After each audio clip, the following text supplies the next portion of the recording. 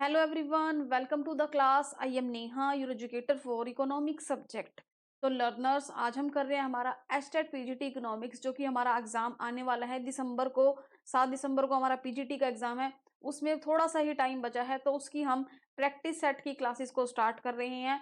उसमें आज हम कर रहे हैं सब्जेक्टिव पोर्शन, क्योंकि हम क्या है एस्टेट पीजीटी की बात करें, ठीक है, हमारे सब्जेक्ट स्पेसिफिक की। तो हमारा सब्जेक्ट है इकोनॉमिक्स, ठीक है। इकोनॉमिक्स के हमारे सब्जेक्ट के 60 क्वेश्चंस आते हैं। तो हम उन 60 क्वेश्चंस को प्रैक्टिस सेट के थ्रू डिटेल एक्सप्लेनेशन के साथ सोल्व करेंगे। और ये जो सब्जेक्टिव पोर्शन होता है हमारा 60 मार्क्स का होता है।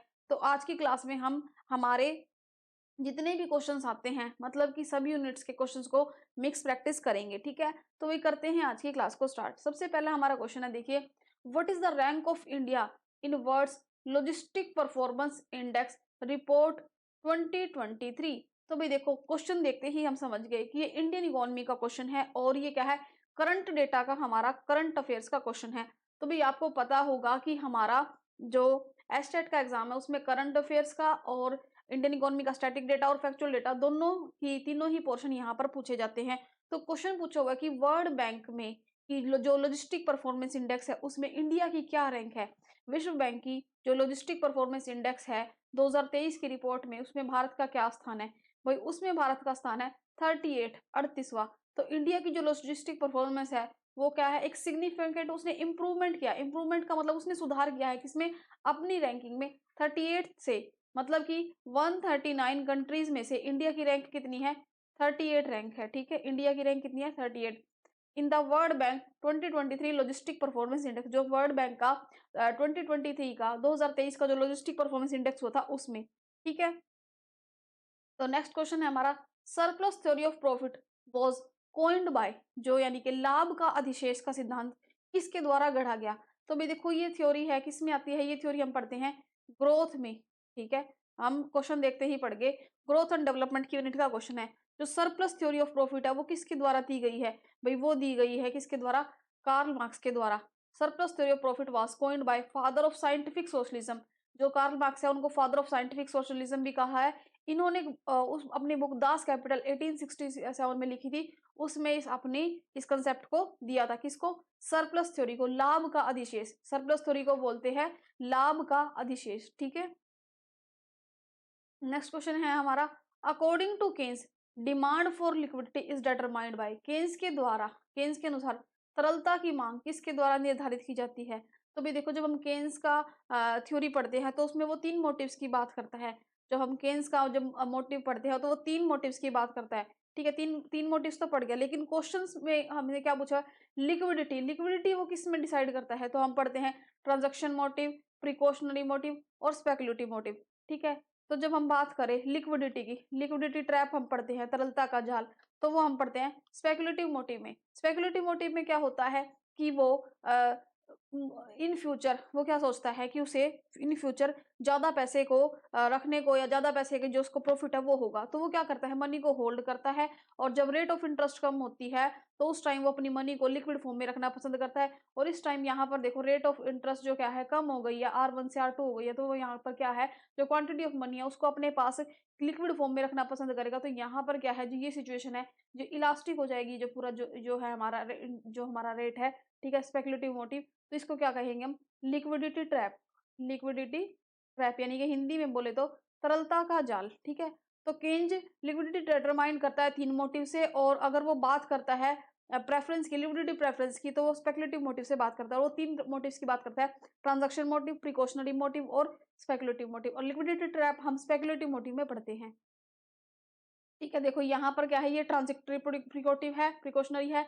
और यहाँ पर क्या है, ये स्पेकुलेशन की तरफ से, जब इंटरेस्ट रेट लो हो जाती है, जब जो रेट ऑफ इंटरेस्ट क्या हो जाती है, लो हो जाती है, तो वो मनी को क्या करता है, लिक्विड फॉर्म में रखना पसंद करता है। तो यहाँ पर ये सिचुएशन क्या हो जाती है, धीरे धीरे लिक्विडिटी ट्रैप में आ जाती है, ठीक है। नेक्स्ट क्वेश्चन है, the negative relationship between unemployment and GDP is called. तो भाई नेगेटिव रिलेशन की बात कर रहे हैं, नेगेटिव रिलेशन जीडीपी का और अनएम्प्लॉयमेंट का। अनएम्प्लॉयमेंट क्या होता है, हमारा बेरोजगारी, और जीडीपी होता है हमारा ग्रोस डोमेस्टिक प्रोडक्ट। तो यहाँ पर इन दोनों का नकारात्मक संबंध किसके द्वारा दर्शाया जाता है। तो भाई देखो, इन दोनों का जो कुजनेट्स का कर्व है, जो कुज़नेट्स का कर्व है वो क्या करता है कि कैसे एक सेमी इंडस्ट्री जो कंट्री है वो कैसे क्या करती है, कैसे डेवलप करती है, फिर वो मिड पॉइंट पे आते हैं, फिर वो डेवलपमेंट करती है। ये भी नहीं होगा, हिग्स का लॉ भी नहीं होगा, ये होगा ओकुन्स का लॉ। ओकुन का लॉ क्या कहता है? The law was first developed by American economist Arthur M Okun. ये जो लॉ है सबसे पहले किसने दिया था? अमेरिकन इकोनॉमिस्ट थे आर्थर एम ओकुन, उन्होंने दिया था। उन्होंने क्या है, नेगेटिव रिलेशन को दर्शाया किसका? अनएम्प्लॉयमेंट का, बेरोजगारी का और जीडीपी का। ठीक है, तो ये जो नेगेटिव रिलेशन किसका? अनएम्प्लॉयमेंट का, बेरोजगारी का और जीडीपी का नेगेटिव रिलेशन किसने दर्शाया? ओकुन ने। ठीक है, तो देखो यहाँ पर क्या है, the negative relationship between unemployment, बेरोजगारी का और जीडीपी का जो लो है वो क्या कहलाता है? Okun's law. After Arthur Okun economist who first studied it. तो ये क्या दर्शाता है? Negative relation. नेगेटिव रिलेशन किसका? जीडीपी का और अनएम्प्लॉयमेंट का। ठीक है, नेक्स्ट क्वेश्चन है GDP deflator also known as. तो भाई देखो, अब हम क्वेश्चन देखते ही समझ गए कि ये जो जीडीपी डिफ्लेटर है इसको हम और किस नाम से भी जानते हैं। तो भाई जीडीपी डिफ्लेटर हो गया, जीडीपी होगा, जीएनपी होगा, ये सारा टॉपिक हम मैक्रो इकोनॉमिक्स में, नेशनल इनकम में पढ़ते हैं। ये हमने अपनी पूरी क्लास में डिस्कस किया हुआ है। जीडीपी डिफ्लेटर को हम किस नाम से भी जानते हैं? हम उसको बोलते हैं implicit price deflator. Implicit price deflator, जिसे अंतर्निहित मूल्य के रूप में भी जाना जाता है। It is the ratio of value of goods. ये क्या है?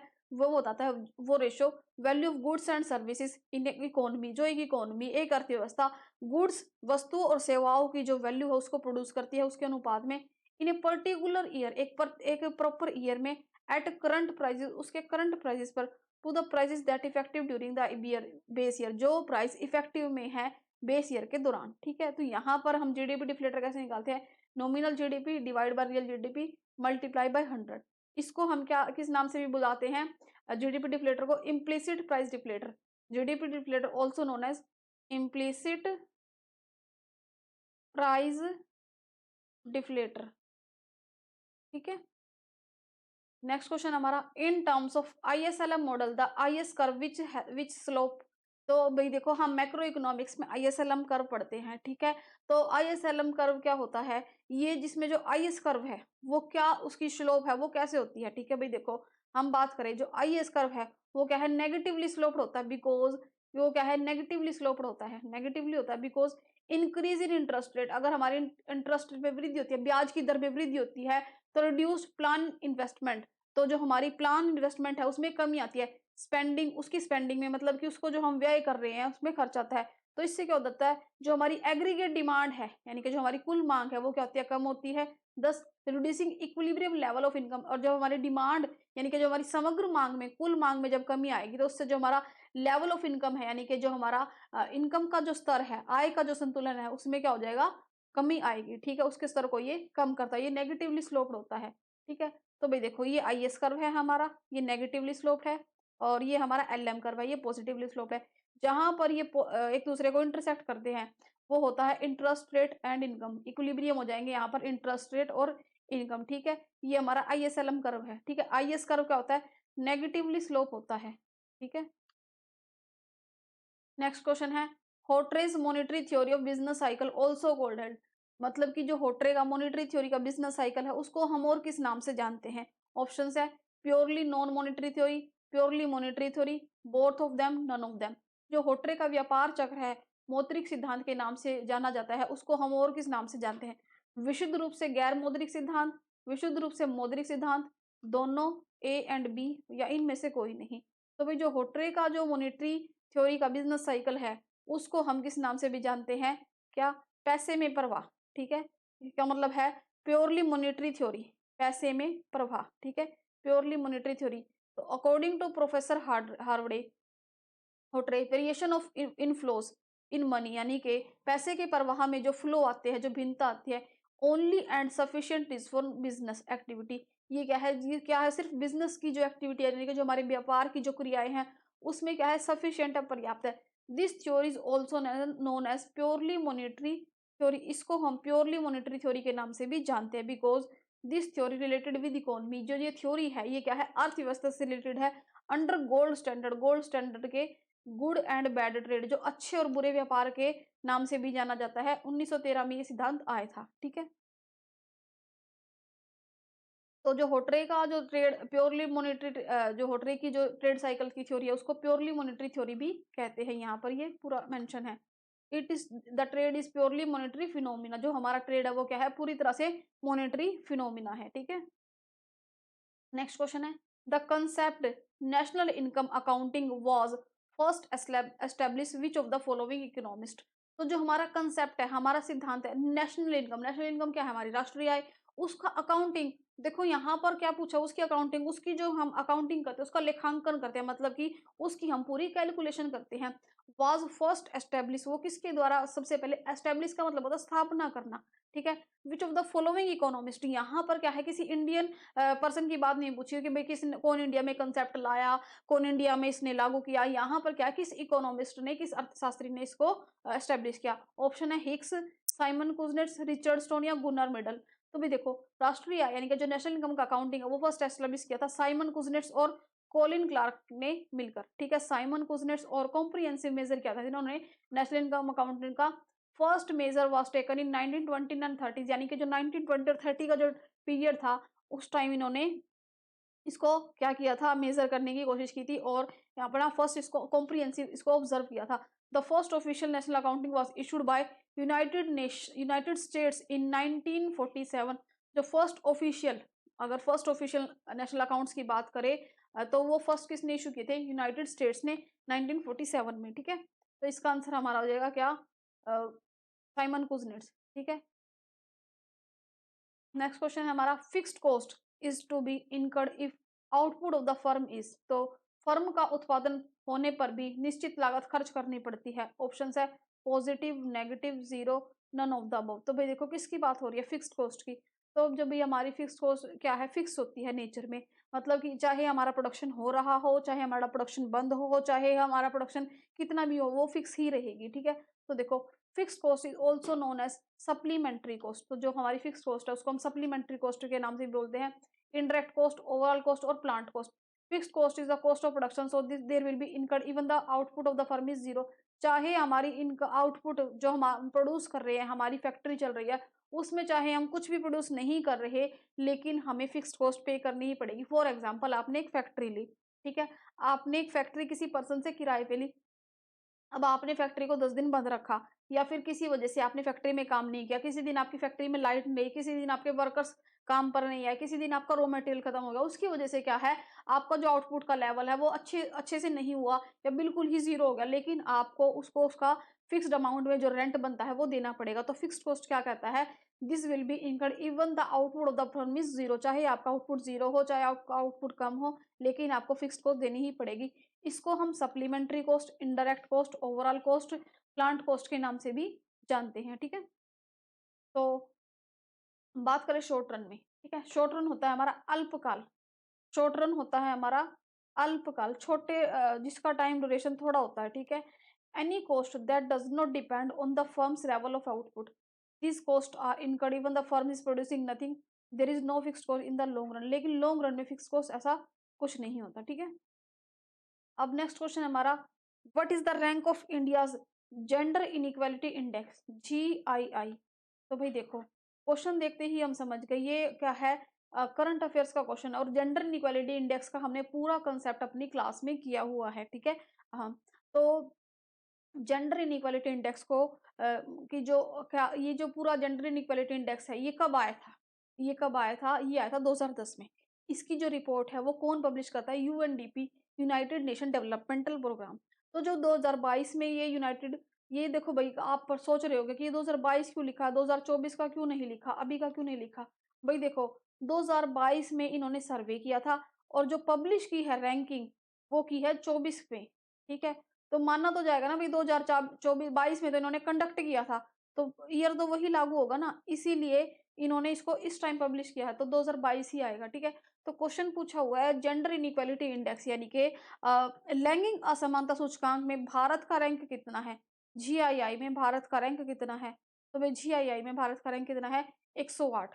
यूनाइटेड नेशन डेवलपमेंटल प्रोग्राम यानी कि UNDP क्या करता है, रिलीज करता है GII यानी कि जेंडर इनइक्वालिटी इंडेक्स की रिपोर्ट को हर साल। 2022 में इन्होंने इसको क्या किया था, इसको ऑब्जर्व किया था, काम इस पे शुरू किया था और रिलीज की है इन्होंने मार्च 2024 के 13 मार्च को इन्होंने इस रिपोर्ट को रिलीज किया है और शो कर रहा है India's improved it's ranking 14th rank, मतलब कि 14 रैंक इंडिया ऊपर गया है, इन्होंने इम्प्रूव किया है 108। अब इंडिया की रैंक है 193 कंट्रीज में, मतलब कि 193 कंट्रीज में से इंडिया की रैंक कितनी है, 108 है, तो ये इम्प्रूव हुई है, ठीक है। और स्कोर कितना है इंडिया का, 0.437। इंडिया का स्कोर कितना है, 0.437, ये इंडिया का स्कोर है और रैंक कितनी है, 108। नेक्स्ट क्वेश्चन है, what do you understand bye economic rent. तो आप इकोनॉमिक रेंट यानी कि आर्थिक लगान शब्द से आप क्या समझते हैं। तो ऑप्शन है हमारे, payment made for the use of labour, labours को यूज करने के लिए जो पेमेंट हम देते हैं। Payment made for the use of capital, capital को यूज करने के लिए जो हम पेमेंट देते हैं। Payment made for the use of organisation, किसी ऑर्गेनाइजेशन संगठन को यूज करने के लिए हम जो पेमेंट देते हैं। और payment made for the use of land, किसी लैंड को, किसी भूमि को यूज करने के लिए जो हम पेमेंट देते हैं। तो भाई देखो, हम बात कर रहे हैं इकोनॉमिक रेंट की, तो इकोनॉमिक रेंट क्या दिखाता है, describe that part of payment which is miss use of the land. यहाँ पर क्या है, इकोनॉमिक रेंट जब हम पढ़ते हैं, हम इकोनॉमिक्स की बात करें, ये क्या दिखाता है, सिर्फ पार्ट है payment which is made for the use of land, जो कि सिर्फ हम भूमि के लैंड यूज करने के लिए देते हैं। The total payment for tenant of landlord is called contract rent. लेकिन देखो, जो हम टेनेंट होता है, किराएदार होता है, ठीक है, जब मकान मालिक है वो किसी किराएदार को मकान किराए पर देता है, तो उसको क्या कहते हैं, कॉन्ट्रैक्ट रेंट कहते हैं, ठीक है। Economic rent is also called surplus, economic rent को हम सरप्लस भी कहते हैं, because it emerged without any effort part of landlord. ये क्या है, बिना किसी, इसको क्या कहते हैं, क्योंकि ये जमींदार को बिना किसी प्रयास के उभारता है, ठीक है। तो यहाँ पर इकोनॉमिक रेंट का मतलब क्या है, इकोनॉमिक रेंट का मतलब है भूमि के प्रयोग के लिए दी गई पेमेंट। इकोनॉमिक रेंट का मतलब यहाँ पर इकोनॉमिक्स के टर्म में ये है। नेक्स्ट क्वेश्चन है, what happens when there is an existence of parallel economy और black money in the country's economy. मतलब कि जब क्या है, किसी देश की अर्थव्यवस्था में एक साथ पैरेलल होता है, समानांतर, जो दो चीजें एक साथ चल रही हो, जैसे कि देखो ये दो चीजें इस तरह से एक साथ चल रही है, पैरेलल चल रही है, जो वहां पर क्या है, इकोनॉमी में ब्लैक मनी यानी कि जो काला धन क्या होता है, वो उसके साथ साथ क्या है, मूव कर रहा है। तो भाई ब्लैक मनी क्या होता है, जो पैसा इलीगल एक्टिविटी से कमाया गया हो, जो पैसा इलीगल एक्टिविटी से कमाया गया हो, उसको ब्लैक मनी कहते हैं। तो इससे क्या होगा, उसकी कंट्री पर क्या प्रभाव पड़ेगा, ऑप्शंस दिए हुए हैं। It makes economy more competitive, ये इकोनॉमी को ज्यादा कॉम्पिटिटिव बना देगा। It makes monetary policies less effective, ये हमारी मौद्रिक नीतियों को लेस इफेक्टिव बना देगा। It ensures better distribution of income and wealth, ये जो हमारी इनकम और वेल्थ है, जो हमारी आय और जो हमारे वितरण है, धन है, उसको अच्छा बेटर उसको वितरण करेगा। डी ऑप्शन है, it ensure increasing productive investment, ये जो हमारी प्रोडक्टिव इन्वेस्टमेंट है उसमें वृद्धि करेगा। तो भाई देखो, सबसे पहले हम बात करते हैं इकोनॉमी की। हमारे देश की इकोनॉमी कैसी है, मिक्स्ड इकोनॉमी है, ठीक है। पर यहाँ पर बात हो रही है पैरेलल, मतलब कि एक साथ चल रहा है, पैरेलल इकोनॉमी में ब्लैक मनी कंट्री में मूव कर रही है। तो इससे क्या होगा भाई, ब्लैक मनी क्या होती है, इसको हम अपनी नेशनल इनकम में भी शामिल नहीं करते, क्योंकि इलीगल एक्टिविटी से कमाया गया धन होता है। Black money that money is earned by any illegal activity, जो इलीगल एक्टिविटी से क्या गैर कानूनी रूप से कमाई गई है। कंट्रोल्ड बाय कंट्रीज रेगुलेशन, जो कि कंट्री क्या है, मना करती है, फिर भी उसको क्या करती है, कंट्रोल करती है कि किसी ना किसी तरह से ये काम बंद हो जाए। Generally received in cash from, तो ब्लैक मनी क्या होती है, जनरली कैश रिसीव्ड होती है, कैश फ्रॉम अंडरग्राउंड इकोनॉमी की, as such as no taxed, जिसको टैक्स नहीं किया गया, जिस पर टैक्स नहीं लगाया गया है। और इसको क्या है, जो है क्या है, छिपा कर रखा जाता है। जनरली क्या है, इसको कैश की फॉर्म में ही लोग एक्सेप्ट करते हैं। अगर वो बैंक में इतना पैसा, बहुत ज्यादा अमाउंट बन के बैंक में पैसा है, तो क्या है, गवर्नमेंट उनको लीगल नोटिस भेज देती है कि आपके पास ये पैसा कहाँ से आया। तो उनको क्लैरिफिकेशन देनी पड़ती है, क्योंकि ईडी का भी उनके ऊपर क्या होता है, दबाव होता है, कई बार क्या होता है, छापा पड़ जाता है। तो उनको पूरी क्लैरिफिकेशन देनी पड़ती है कि उनके पास वो पैसा कहाँ से आया। तो जो जितनी भी इलीगल मनी होती है, वो क्या होता है, नॉर्मली क्या करते हैं लोग, अ, अ, उसको जैसे कि भी हो सके उसको व्हाइट मनी में कन्वर्ट करते हैं। उनके पास बहुत सारे ऑप्शंस होते हैं, वो गोल्ड खरीद लेते हैं, वो प्रॉपर्टी खरीद लेते हैं, जहां तक होता है वो उसको बैंक में रखने से बचते हैं। क्योंकि बैंक पे क्या है, पूरी तरह से मॉनिटरिंग होती है। तो ये क्या करते हैं, और टैक्स को भी अवॉइड करते हैं। तो जो रिसिप्ट होती है ब्लैक मनी की, उसको वो हाइड करते हैं। Spend it only the underground economy, उसको क्या है, वो बहुत तरीके से अंडरग्राउंड इकोनॉमी में, मतलब बहुत तरीके से अंडरग्राउंड रूप से उसको क्या करते हैं, खर्च करते हैं। It attempt to give the appearance of legitimacy through the money range and the it makes monetary policy less effective. इससे क्या होता है भाई, पैसा तो आ रहा है लेकिन उसका कोई प्रभाव नहीं हो रहा। इससे क्या होता है, जो हमारी मौद्रिक नीति है वो लेस इफेक्टिव हो जाती है, वो कम प्रभावी हो जाती है। ठीक है, तो इसका आंसर हमारा हो जाएगा monetary policy less effective. B answer हो जाएगा, बी लेस इफेक्टिव हो जाएगी हमारी मॉनेटरी पॉलिसी। नेक्स्ट क्वेश्चन है, in equilibrium perfectly competitive firm will relate to. Equilibrium की बात करें, संतुलन की बात करें, परफेक्टली जो कॉम्पिटिटिव फर्म है, पूर्ण प्रतिस्पर्धा फर्म है, वो किससे रिलेट करेगी? Marginal social cost with marginal social benefit, market supply with market demand, marginal profit with marginal cost, marginal revenue with marginal cost. ठीक है, तो भाई देखो हम किसकी बात कर रहे हैं, इक्विलिब्रियम की। किसमें? मार्केट कॉम्पिटिशन में। हम पूरा मार्केट कंपटीशन का टॉपिक पढ़ते हैं, हम परफेक्ट मार्केट पढ़ते हैं, मोनोपोली पढ़ते हैं, मोनोपोलिस्टिक पढ़ते हैं, डियोपोली पढ़ते हैं, ओलिगोपोली मार्केट पढ़ते हैं। सिर्फ यहाँ पर परफेक्ट कॉम्पिटिटिव की बात हो रही है। तो इक्विलिब्रियम कब होगा? जब फर्म मैक्सिमाइज करेगी उसके प्रॉफिट्स को।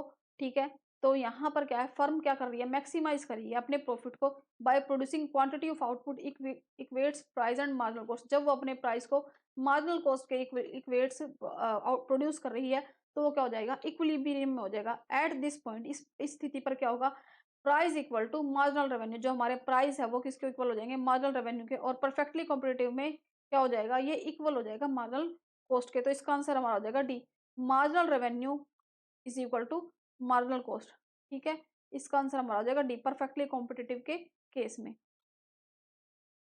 देखो यहाँ पर ये इक्विलिब्रियम में आ गया, मार्जिनल रेवेन्यू मार्जिनल कॉस्ट के, M R is equal to M C. Next question है, the term stagflation refers to a situation. अगर हम बात करें स्टैगफ्लेशन की, भाई पूरा टॉपिक हम पढ़ते हैं इन्फ्लेशन का, उसमें हम टाइप्स ऑफ इन्फ्लेशन पढ़ते हैं। तो ये जो टर्म है स्टैगफ्लेशन, ठीक है, ये किससे रिलेट करती है, किस सिचुएशन में होती है, क्या होता है इससे? ऑप्शन है, growth has no relation with the change in price. मतलब कि वृद्धि का कोई संबंध नहीं है अगर प्राइस में चेंज आता है तो। Growth of rate of growth and prices both are decreasing. जो वृद्धि की दर है और जो कीमतें हैं वो क्या है, दोनों क्या हो रही है, डिक्रीज कर रही है, घट रही है।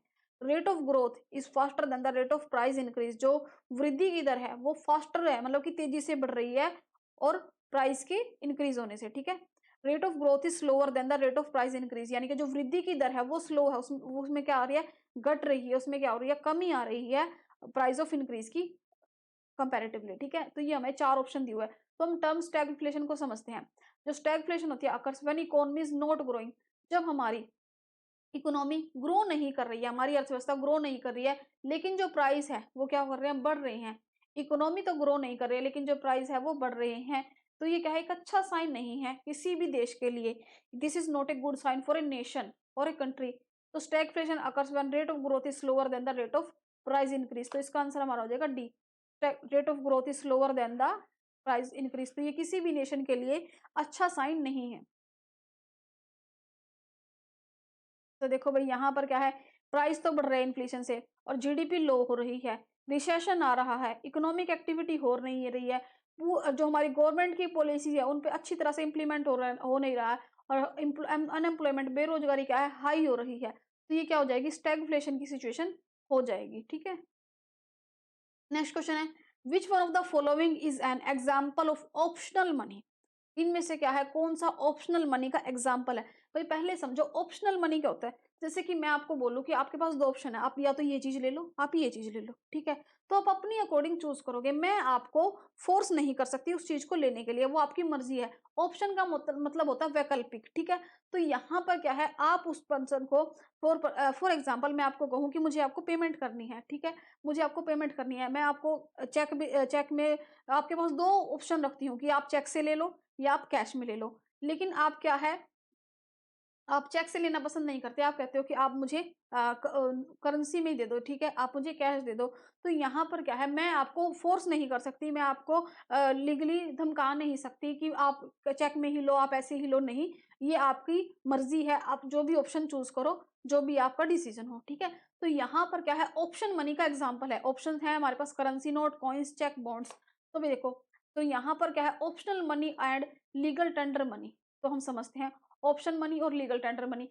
नॉन लीगल टेंडर मनी, तो यहाँ पर क्या है, जो कानूनी रूप से तो स्वीकार है, लेकिन देखो भाई अब कोई किसी को चेक देगा, ठीक है, चेक को वो अपने बैंक अकाउंट में लगाएगा तो बैंक जो अमाउंट है वो उसके अकाउंट में आ जाएगा, लेकिन फिर भी क्या है, वो उसका ऑप्शन है, वो उसको ले या ना ले।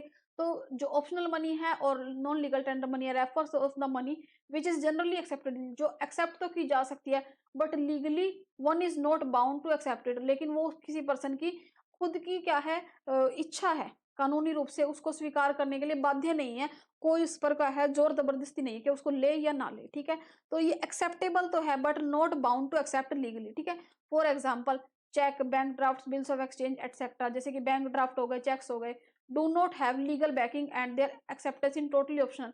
तो ये क्या है, इनका जो एक्सेप्टेंस है वो टोटली ऑप्शनल है, मतलब कि पर्सन की मर्जी है वो ले ना ले, लेकिन नॉर्मली क्या होता है, लोग ले लेते हैं, ये सिर्फ एक क्वेश्चन है। और कैश को लोग जल्दी क्या करते हैं, एक्सेप्ट करते हैं, कैश को लोग जल्दी एक्सेप्ट करते हैं। ठीक है, तो इसका आंसर हमारा हो जाएगा सी, चेक। नेक्स्ट क्वेश्चन है हमारा, which of the following sector contributed more to the saving in India, मतलब कि इनमें से कौन सा जो सेक्टर है, कौन सा जो क्षेत्र है भारत में बचत में, बात किसकी बात कर रहे हैं हम, बचत की। बचत कब होती है, जब हम अपनी इनकम में से कंजम्पशन घटा देते हैं तो हमारे पास सेविंग हो जाती है। तो कौन सा सेक्टर है जो हमें बचत में हेल्प करता है, ऑप्शन है public sector, house hold sector, corporate sector, private sector. तो भाई देखो कौन सा सेक्टर हेल्प करता है हमें, कौन सा, हाउस होल्ड सेक्टर, यानी कि घरेलू क्षेत्र कंट्रीब्यूट करता है more to the savings in India. The household sector includes entire population of society, जिसमें क्या है, हमारे देश की पूरी जनसंख्या को शामिल किया गया है। तो इसका आंसर हमारा हो जाएगा बी, हाउस होल्ड सेक्टर, घरेलू क्षेत्र। ठीक है, household sector. Next question है, while computing national income estimates which of the following is required to observed, मतलब जब हम राष्ट्रीय आय का क्या करते हैं, अनुमान लगाते हैं। ठीक है, तो उनमें से इनमें से किस जो पॉइंट है, किसका हमें पालन करना पड़ता है, उसको ऑब्जर्व करना पड़ता है, उसको ध्यान में रखना पड़ता है। The value of export to be added and the value of import to be subtracted, यानी कि जो हमारे एक्सपोर्ट है, यानी कि जो हमारे निर्यात उसको जोड़ेंगे और जो हमारे आयात है उसको घटाएंगे। ठीक है, ऑप्शन वन ये है। The value of export to be subtract and value of import to be add, और जो एक्सपोर्ट है उसको तो घटा देंगे और इम्पोर्ट है उसको ऐड कर देंगे, जोड़ देंगे। Value of both export and import to be added, दोनों एक्सपोर्ट को और इम्पोर्ट को हम ऐड कर देंगे, जोड़ देंगे। डी ऑप्शन है value of both export import to be subtract. तो भाई हम क्या करते हैं, जब हम राष्ट्रीय आय करते हैं, नेशनल इनकम करते हैं, हम क्या करते हैं, एक्सपोर्ट को तो हम ऐड करते हैं। ठीक है, एक्सपोर्ट क्या होता है, हम निर्यात होते हैं हमारे, निर्यात जो हमने दूसरे देश में सामान भेजा, मतलब कि हमारी इनकम जनरेट हुई। और इम्पोर्ट को हम क्या करते हैं, लेस कर देते हैं। एक्सपोर्ट को तो हम ऐड कर देते हैं और इम्पोर्ट को हम लेस करते हैं। अभी दूसरे देश से हमारे देश में सामान आया है तो हमारा तो पैसा गया ना, तो हमारा तो जो इनकम है वो फ्लो होगी। ठीक है, आउटफ्लो हो गया हमारा, तो उसको सब्ट्रैक्ट कर देंगे, तो इससे हमारा नेट एक्सपोर्ट आ जाएगा, रिप्रेजेंट करेगा हमारे ट्रेड सरप्लस को। तो इसका आंसर हमारा हो जाएगा ए। ठीक है, answer A, the value of export to be added and value of import to be subtracted, answer A आ जाएगा। देखो यहाँ पर ये नेट एक्सपोर्ट है। ठीक है, ये नेट एक्सपोर्ट है। नेक्स्ट क्वेश्चन हमारा, in the situation where the price of commodities goods and services starts declining, एक वो स्थिति है जहां पर किसी कमोडिटी के और गुड्स के क्या है, प्राइसेस क्या है, डिक्लाइन कर रहे हैं, मतलब उनमें कमी आ रही है कंसिस्टेंटली। ठीक है, लगातार उनमें कमी आ रही है। तो this phenomena is known as, उस फिनोमिना को हम क्या कहेंगे, discount field, deflation, negative growth, market capitalism. वह स्थिति जहां वस्तु और सेवाओं की कीमतों में लगातार गिरावट हो रही है, शुरू हो जाती है, उस स्थिति को क्या कहेंगे, discount field, deflation, negative growth या मार्केट कैपिटलिज्म। इस सिचुएशन को हम कहेंगे क्या, deflation. When the price of commodities and goods service start declining, declining का मतलब होता है गिर रहे हैं, कंसिस्टेंटली लगातार गिर रहे हैं, और ये फिनोमिना क्या कहलाता है, डिफ्लेशन। बिकॉज इस वजह से एग्रीगेट लेवल ऑफ डिमांड, जो डिमांड का एग्रीगेट लेवल है, यानी कि समग्र जो मांग का स्तर है, उसकी वजह से there is fall how much whole economy willing to buy, मतलब कि जो पूरी अर्थव्यवस्था है वो कितनी खरीदने की इच्छुक है, and so the price of goods, उस गुड्स के प्राइस के रेलेवेंट में। ठीक है, तो इसका आंसर हमारा हो जाएगा डिफ्लेशन। डिफ्लेशन को हम बोलते हैं अपस्फीति, डिफ्लेशन को हम हिंदी में बोलते हैं अपस्फीति। ठीक है, नेक्स्ट क्वेश्चन है, the visit of foreigners in India to see various places, कोई क्या है, विदेशी है। ठीक है, कोई विदेशी पर्यटक है, टूरिस्ट है, वो क्या आता है, इंडिया में आता है अलग अलग जगह देखने के लिए, इवेंट देखने के लिए। Amount of which of the following in terms of economy. ठीक है, तो अर्थव्यवस्था की दृष्टि में से वो उनमें से निम्नलिखित में से किसके बराबर है? Production, consumption, import, export. तो भैया इसमें क्या आ जाएगा? Export means produced within the country and sold to the foreigners. If a foreigner is coming to India, then purchasing goods and services, then it is case of export. भाई वो क्या है? हमारे देश से सामान खरीद के ले गया, ठीक है, हमारे देश में पैसा आया, तो इसका मतलब है एक्सपोर्ट, ठीक है। अब वो क्या है? इंडिया घूमने आया, उसको इंडिया की कोई चीज पसंद आई, उसने वो खरीदी, तो ये क्या हो गया? इंडिया का सामान वहां पर गया, तो ये एक्सपोर्ट हो जाएगा, ठीक है। Welfare of people's country best represent by which of the following parameter. भाई किसी देश के लोगों का कल्याण, वहां के लोगों की जो वेलफेयर है, उसका सबसे अच्छा जो क्या है, रिप्रेजेंट है, किसके पैरामीटर के द्वारा किया जाता है? Per capita net national income at constant price, per capita net national income at current price, per capita GDP at constant price, per capita GDP at current price. तो भाई देखो, हम बात करते हैं वेलफेयर की, किसकी? समाज के कल्याण के लिए गवर्नमेंट है, ठीक है। कोई भी देश की गवर्नमेंट क्या है? वो अपने देश के लोगों के लिए वेलफेयर करती है। वेलफेयर इन द सेंस कि वो क्या करती है कि हमारे देश के जो लोग हैं उनको जो जीवन का स्तर है, स्टैंडर्ड ऑफ लिविंग है, वो अच्छा हो। स्टैंडर्ड ऑफ लिविंग अच्छा होगा तो वहां के देश का जो स्तर है वो अच्छा होगा, उनकी जीडीपी इंप्रूव होगी, लोगों का जो जीवन का स्तर है वो अच्छा होगा और इकोनॉमी अच्छे से आगे बढ़ेगी। तो यहाँ पर बात कर रहे हैं कि कंट्री का बेस्ट रिप्रेजेंट हम किस पैरामीटर से माप सकते हैं? तो जब हम पैरामीटर पर कैपिटा इनकम को, प्रति व्यक्ति आय को राष्ट्रीय आय के साथ कांस्टेंट प्राइस पर मापते हैं, तो उसका बेस्ट पैरामीटर है किसका? कंट्री के वेलफेयर का, ठीक है। Welfare of a country can represent by per capita national income by constant market price rather than current market price, ठीक है। इसको हम कांस्टेंट मार्केट प्राइस पर मेजर करेंगे।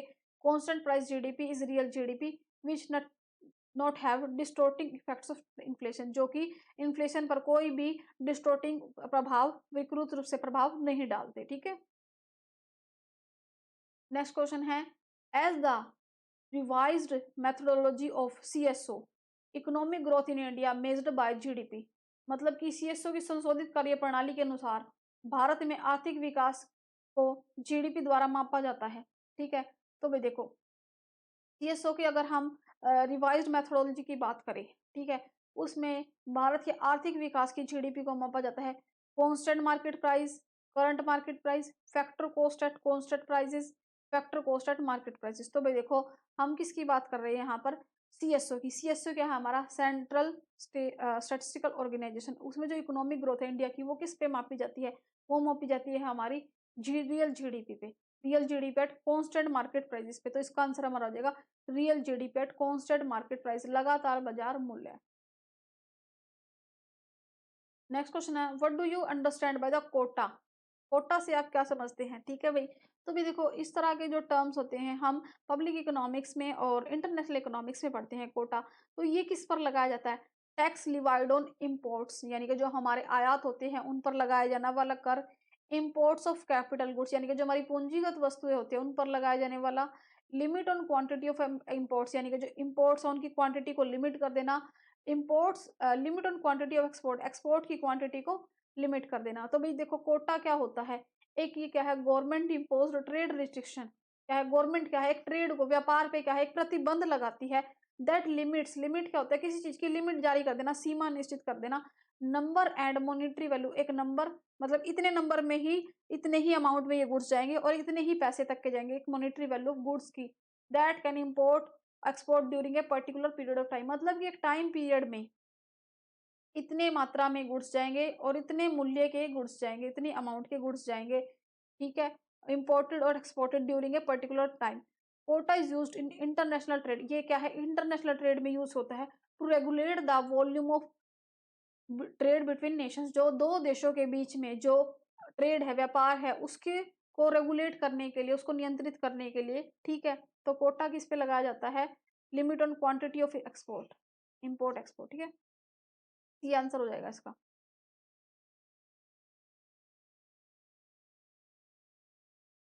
तो भाई इसमें ना इंपोर्ट्स एंड एक्सपोर्ट कर लो आप, दोनों पे लगता है ये, ठीक है। इंपोर्ट एंड एक्सपोर्ट दोनों से ही है ये, C and D. Option answer C and D दोनों ठीक है, सी एंड डी।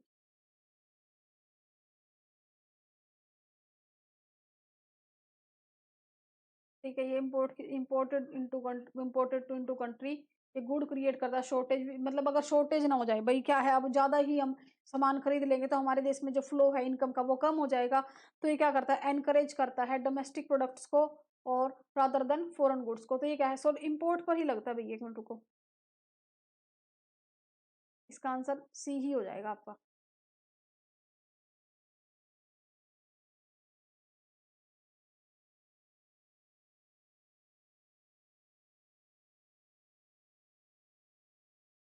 यहाँ पर ये गलती से आ गया होगा। इसका आंसर सी ही हो जाएगा। ये ना सिर्फ़ एक्सपोर्ट इम्पोर्ट पे लगता है, ठीक है? इम्पोर्ट पर ही लगता है ये, इम्पोर्ट पर। आंसर हो जाएगा हमारा C. Government securities are usually considered low risk investment because they are. तो जो हमारी गवर्नमेंट सिक्योरिटीज होती है, यानी कि जो हमारी सरकार की प्रतिभूतियां होती है, उन पर लो रिस्क होता है, मतलब कि कम खतरा होता है इन्वेस्टमेंट का। क्यों होता है ये? बैकअप बाय गवर्नमेंट ट्रेजरी, क्योंकि गवर्नमेंट इनको क्या करती है, बैकअप करती है, इनका समर्थन करती है। Convertible into other types of saving deposit, इनको हम और टाइप्स की सेविंग डिपॉजिट में कन्वर्ट कर सकते हैं। क्विकली एंड इजीली मार्केटेबल, इनको जल्दी से और आसानी से हम क्या करते हैं, मार्केटेबल कर सकते हैं। ऑप्शन दिया स्टेबल इन वैल्यू, ये मूल्य में स्थिर रहती है। तो भाई देखो ये क्या होती है, जो गवर्नमेंट सिक्योरिटीज होती है वो जनरली क्या होती है, लो रिस्क इन्वेस्टमेंट की होती है, क्योंकि ये क्या होती है, accompanied by the taxing power of government. ये क्या होती है, आमतौर पर ये कम जोखिम की होती है, क्योंकि इन पर सरकार की कर शक्ति होती है, क्योंकि इन पर जो क्या है, गवर्नमेंट की टैक्सिंग पावर होती है। तो इसका आंसर हमारा हो जाएगा, क्योंकि गवर्नमेंट इनको बैकअप करती है और क्या करती है, सपोर्ट करती है। इसका आंसर हमारा ए हो जाएगा, ए।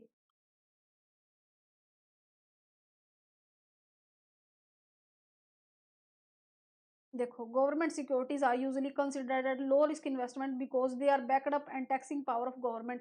इनको बैकड अप और टैक्सिंग पावर करती है गवर्नमेंट, इसीलिए क्या होती है, इन पर लो रिस्क होता है, कम खतरा होता है।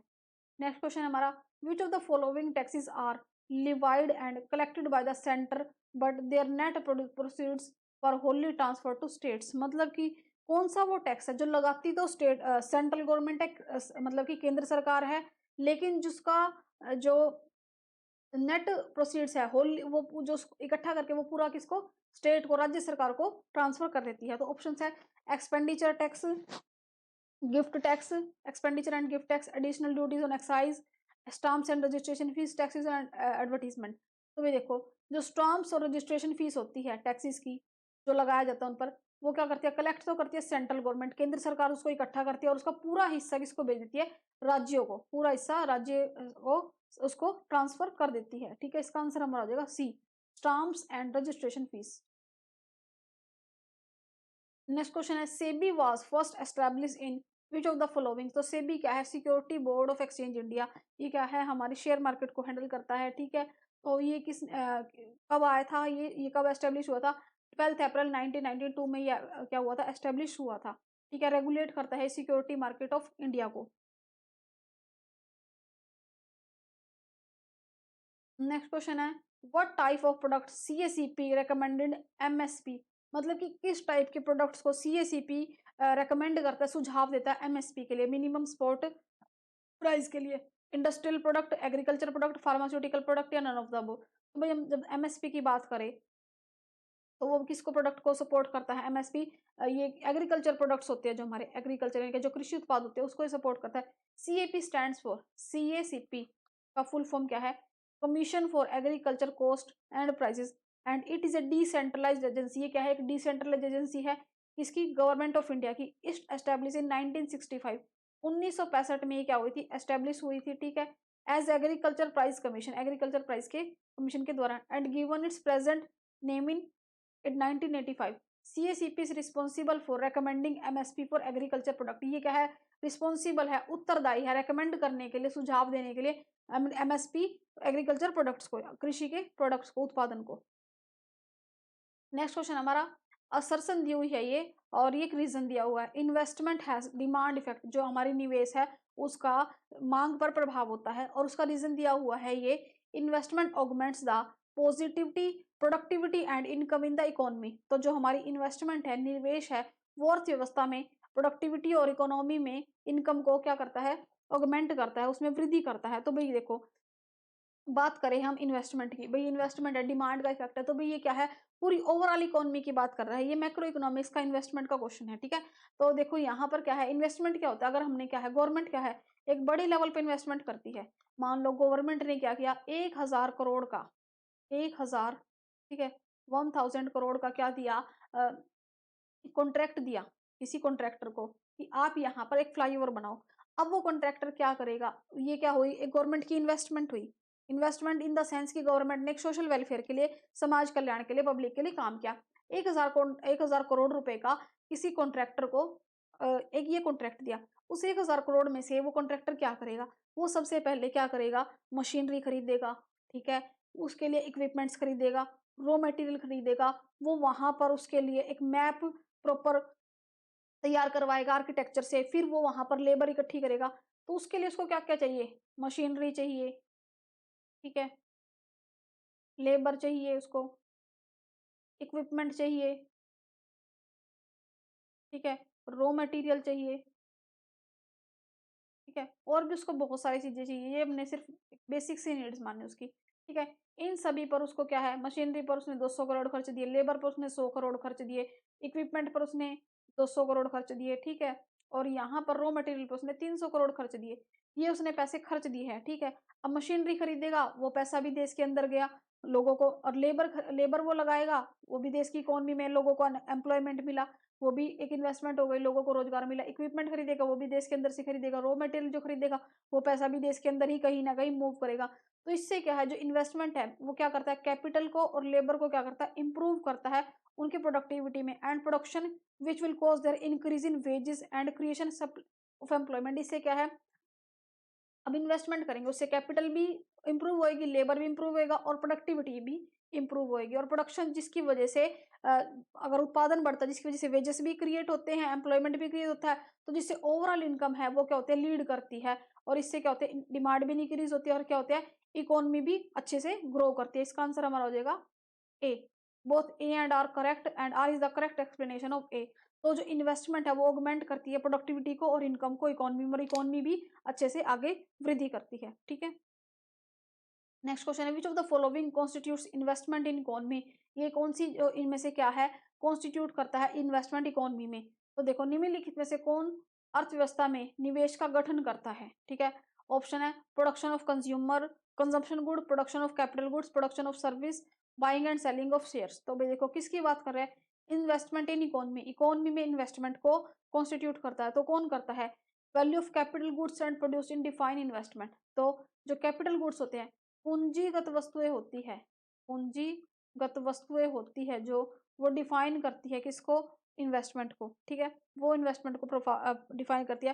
प्रोडक्शन ऑफ कंज्यूमर कंजप्शन और goods and service are non investment, मतलब कि जो प्रोडक्शन है कंजप्शन गुड्स की और सर्विस, उसको हम इन्वेस्टमेंट नहीं कह सकते। तो जो हमारी सेकंड स्टेटमेंट है वो ट्रू है, only second statement is true, production of capital goods answer.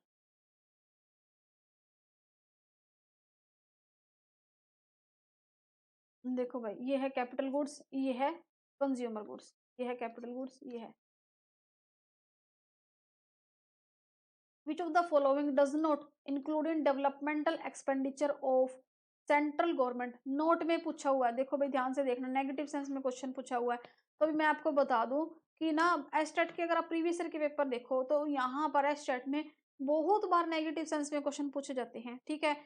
Even बोले तो एस्टेट का पीजीटी इकोनॉमिक्स की बात करें, प्रीवियस ईयर क्या पेपर देख लेना, उन्होंने इतने सारे नेगेटिव सेंस में क्वेश्चन पूछे हुए हैं, बहुत सारे, ठीक है। तो ये उनका एक फेवरेट स्ट्रेटेजी है कि वो नेगेटिव सेंस में क्वेश्चन पूछते ही हैं, ठीक है। तो क्वेश्चन पूछा हुआ, विच of the following does not include, के शामिल नहीं करता डेवलपमेंटल एक्सपेंडिचर सेंट्रल गवर्नमेंट के, यानी कि जो सेंट्रल गवर्नमेंट केंद्र सरकार के जो विकासात्मक व्यय है उसमें हम शामिल नहीं करेंगे।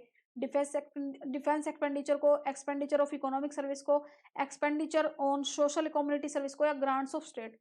तो भी देखो, उसमें हम शामिल नहीं करेंगे किसको, तो इसमें हम शामिल नहीं करेंगे किसको, डिफेंस एक्सपेंडिचर को, ठीक है। डिफेंस एक्सपेंडिचर अपने आप में एक अलग एक्सपेंडिचर होता है। All expenditure that promote economic growth and development terms as development expenditure. तो सबसे पहले हम समझते हैं जो जो खर्चे डेवलपमेंट को, हमारे देश की आर्थिक अर्थव्यवस्था को, इकोनॉमी को डेवलप करते हैं, उसमें प्रमोशन करते हैं। जैसे कि हमने कहीं पर फ्लाईओवर बनाया, गवर्नमेंट ने नए रोड बनाए, पब्लिक पार्क बनाया, पब्लिक हॉस्पिटल बनाए, तो ये क्या है, हमारी इकोनॉमी की को प्रमोट कर रहे हैं, तो इसको हम डेवलपमेंटल एक्सपेंडिचर कहेंगे। Expenditure in nature, consumption like, जो कंजम्पशन में एक्सपेंडिचर होते हैं, कंजम्पशन का मतलब होता है उपभोग, जैसे कि हमारा डिफेंस हो गया, इंटरेस्ट पेमेंट हो गया, expenditure of law and order हो गया, पब्लिक एडमिनिस्ट्रेशन हो गया, ये क्या है, इनको हम इसमें शामिल नहीं करेंगे। ये किसी तरह का जनरेट नहीं कर रहे, which can not generate income for government and non development expenditure. तो जो डिफेंस हो गया, इंटरेस्टेड पेमेंट हो गया, इसको हम नॉन डेवलपमेंट एक्सपेंडिचर कहेंगे। तो इसका आंसर हमारा हो जाएगा ए, डिफेंस एक्सपेंडिचर। ठीक है, नेक्स्ट क्वेश्चन है हमारा, according to Keynesians theory of income determination, full employment a fall in aggregate demand cost. तो आय के निर्धारण के सिद्धांत के अनुसार केन्स के पूर्ण रोजगार पर कुल मांग में गिरावट का कारण बनता है। ऑप्शन है a fall in price of output and resources, मतलब कि उत्पादन और संसाधनों की कीमतों में गिरावट। A fall in real national product and employment, ठीक है, वास्तविक सकल राष्ट्रीय उत्पाद और रोजगार में गिरावट। A rise in real gross national product and investment, वास्तविक सकल राष्ट्रीय उत्पाद और निवेश में वृद्धि। A rise in price of output and resources. तो भाई देखो, अगर हम बात करें केन्जियंस के इनकम डिटर्मिनेशन के फुल एम्प्लॉयमेंट की, तो उसमें एग्रीगेट डिमांड का क्या कोज होगा, तो यहाँ पर क्या कोज होगा, according to Keynesians theory of income determination, वो कहता है कि फुल एम्प्लॉयमेंट कब होता है, जब aggregate demand causes a fall in price and output of resources। तो एग्रीगेट डिमांड कब होगी, जब गिरावट के कारण उत्पादन और संसाधनों की कीमतों में गिरावट आती है। ठीक है, इसका आंसर हो जाएगा fall in price of output and resources, answer A हो जाएगा ए। नेक्स्ट क्वेश्चन है, identify one which is not related to agriculture price policy. इनमें से कौन सा, देखो फिर नेगेटिव सेंस में क्वेश्चन पूछा हुआ है, और भाई एस्टेट के प्रीवियस ईयर के पेपर देख लेना। ठीक है, प्रीवियस के पेपर देख लेना, पीजीटी इकोनॉमिक्स के, आपको बहुत सारे क्वेश्चन नेगेटिव सेंस में मिलेंगे। ठीक है, बहुत सारे क्वेश्चन मैंने करवाए हुए हैं। ठीक है, 2023 का कंप्लीट पेपर करवाया हुआ है, 2022 का करवाया हुआ है, 2021 का करवाया हुआ है, और 2020 का भी मैं आज या कल में करवा दूंगी। ठीक है, तो हमने पूरे प्रीवियस ईयर के पेपर को डिटेल एक्सप्लेनेशन के साथ, डिटेल सॉल्यूशन के साथ किया हुआ है, आप चैनल पर देख लेना। ठीक है, मेरे चैनल पर आपको मिल जाएंगे। तो यहाँ पर क्या है, क्वेश्चन पूछा हुआ कि not related to agriculture price policy, कौन सा एग्रीकल्चर प्राइस पॉलिसी से रिलेटेड नहीं है, यानी कि कृषि मूल्य नीति से संबंधित नहीं है। बफर स्टॉक भी हम पढ़ते हैं, सपोर्ट प्राइस भी हम पढ़ते हैं, किसमें पढ़ते हैं हम, एग्रीकल्चर प्राइसेस में पढ़ते हैं, एग्रीकल्चर की जब पॉलिसी पढ़ते हैं। अब यहाँ पर हम क्या पढ़ते हैं, हम लाइसेंसिंग नहीं पढ़ते। ठीक है, इम्पोर्ट्स भी होता है। ठीक है, हम लाइसेंसिंग यहाँ पर नहीं पढ़ते, ये लाइसेंसिंग इसका पार्ट नहीं है। Licensing is a marketing and brand extension tool that is generally used for major corporate to small business. तो ये क्या है, कॉर्पोरेशन और स्मॉल बिजनेस में लाइसेंसिंग का काम होता है। ये क्या है, इशू किया जाता है, एक्टिविटी क्या करे, अथॉरिटीज के द्वारा इसको क्या किया जाता है, इशू किया जाता है। तो इसका आंसर हमारा हो जाएगा लाइसेंसिंग। इसको हम एग्रीकल्चर प्राइस पॉलिसी में नहीं शामिल करते।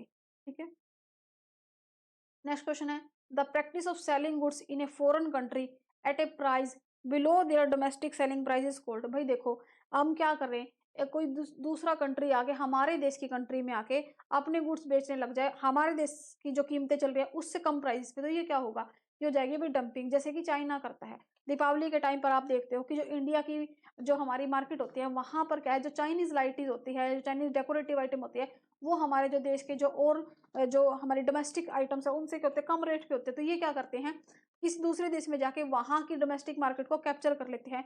तो जैसे कि ये मेनली कौन करता है, चाइना करता है। इसका आंसर हो जाएगा डंपिंग। डंपिंग को हिंदी में बोलते हैं राशि पातन, राशि पातन। ठीक है, डंपिंग को हिंदी में बोलते हैं राशि पातन।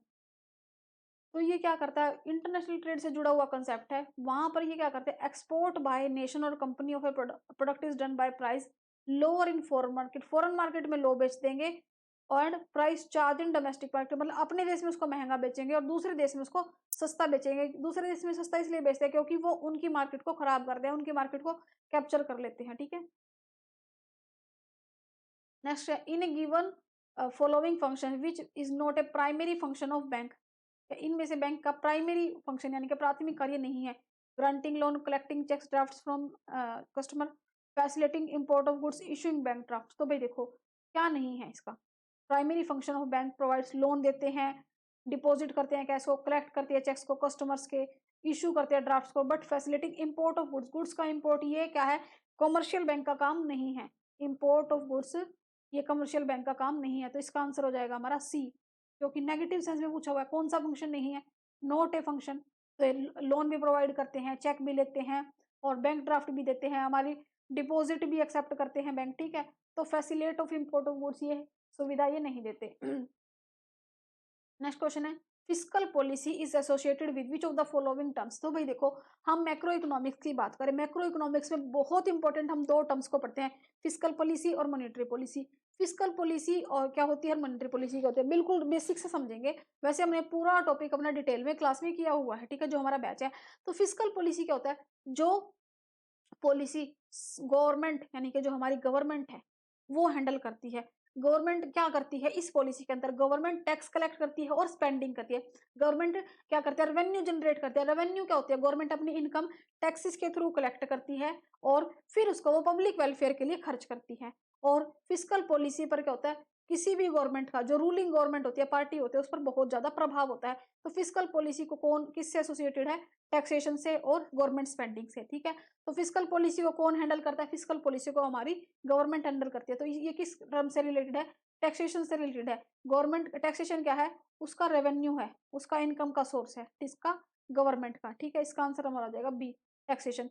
Fiscal policy the policy used by government, government के द्वारा यूज की जाती है, रेवेन्यू कलेक्ट करती है वो टैक्सेशन के रूप में और उसको खर्चे कर देती है, इन्फ्लुएंस द इकोनॉमी, इकोनॉमी को प्रभाव करने के लिए, उसको बूस्ट करने के लिए। So taxation is associated with fiscal policy, ठीक है। तो जो हमारा टैक्सेशन है, कर है, वो फिस्कल पॉलिसी से, राजकोषीय नीति से संबंधित है। अब बात करते हैं मॉनेटरी पॉलिसी की। मॉनेटरी पॉलिसी को कौन हैंडल करता है, मॉनेटरी पॉलिसी को हमारा सेंट्रल बैंक हैंडल करता है। सेंट्रल बैंक कौन है, हमारा RBI, reserve bank of India, ठीक है। रिजर्व बैंक ऑफ इंडिया क्या करता है, जो हमारे देश में मनी की सप्लाई है, हमारे देश में जो मॉनेटरी पॉलिसी है, जो हमारे देश में मनी फ्लो है, उसको वो हैंडल करता है। और जो भी उनको मनी से रिलेटेड जो डिसीजंस लेने होते हैं, वो हमारे किस तरह से, जो हमारे नोट इशू होंगे, किस तरह मनी का फ्लो होगा, कितनी मनी की वेलोसिटी होगी, कितना क्या कुछ है, वो मॉनेटरी से रिलेटेड जो भी डिसीजन लेने होते हैं वो हमारा आरबीआई करता है, सेंट्रल बैंक करता है, ठीक है। तो ये दोनों बहुत इंपॉर्टेंट हमारी पॉलिसी है। नेक्स्ट क्वेश्चन है, the largest tax collected at the federal government, यानी कि बहुत बड़ा जो टैक्स का हिस्सा है वो कलेक्टेड किया जाता है फेडरल गवर्नमेंट के द्वारा। Level from the given option, इनमें से कौन सा जो ज्यादा सबसे ज्यादा टैक्स का अमाउंट है वो फेडरल गवर्नमेंट के द्वारा कौन सा पार्ट सबसे ज्यादा अमाउंट में कलेक्ट किया जाता है, income tax, sale tax, property tax या सोशल सिक्योरिटी टैक्स, ठीक है। तो भाई देखो सबसे ज्यादा अमाउंट में हमें कलेक्ट करते हैं क्या, इनकम टैक्स। तो भाई देखो रफली अगर हम मोटा मोटा माने 80% comes from individuals income tax and payroll taxes for social influencer programmes. तो देखो जो मोटा मोटा जो गवर्नमेंट क्या है, गवर्नमेंट की रेवेन्यू कहाँ से आती है, गवर्नमेंट की रेवेन्यू आती है टैक्सेस से, ठीक है। तो टैक्सेस में से कौन सा टैक्स, टैक्सेस में से इनकम टैक्स।